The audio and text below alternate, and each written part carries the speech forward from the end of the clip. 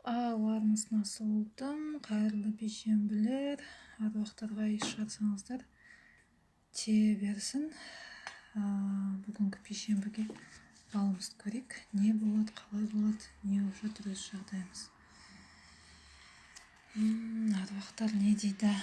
Жол жүріп тұр дейді, жолдарыңыз ашық дейді, алға қарай ұмтылыңыздар, қорықпаңыздар дейді.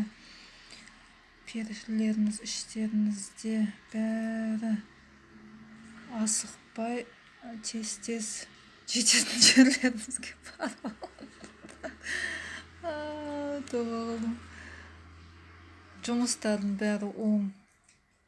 Жаңа тұрмысқа шыққандар болса, аяқтары ауыр болады. Көп уақыттан бері босанудан алмай бөпе күтіп жүргендер болса, аяғыңыз ауыр болып бөпелі боласыздар. Асықпай тез қимылдаңыздар енді. Дағы не дейді? Қорқыныш, үрей, сиқыр, миқыр енді 2-3 күннен кейін айтылады. Қорықпаңыздар, сақтаныңыздар. Сақтық шаралары тұзбен шайыңыздар. Кір, қоқыс, лас, жаман нәрседен аулақ болыңыздар. Жақсы сөйлеңіздер. Жақсы таза жүріңіздер. Ағарған көбірек ішіңіздер. Қазір ыстықта көбінесе сусын көжелер, салқын көжелер, сондайға әуес болыңыздар. Кола, фанта, бәле бәтер шетелден келгенге жоламаңыздар. Не дейді тағы? Жұмыс оң, бәрі керемет. Қызметтесіздер, аттың үстіндесіздер, керемет.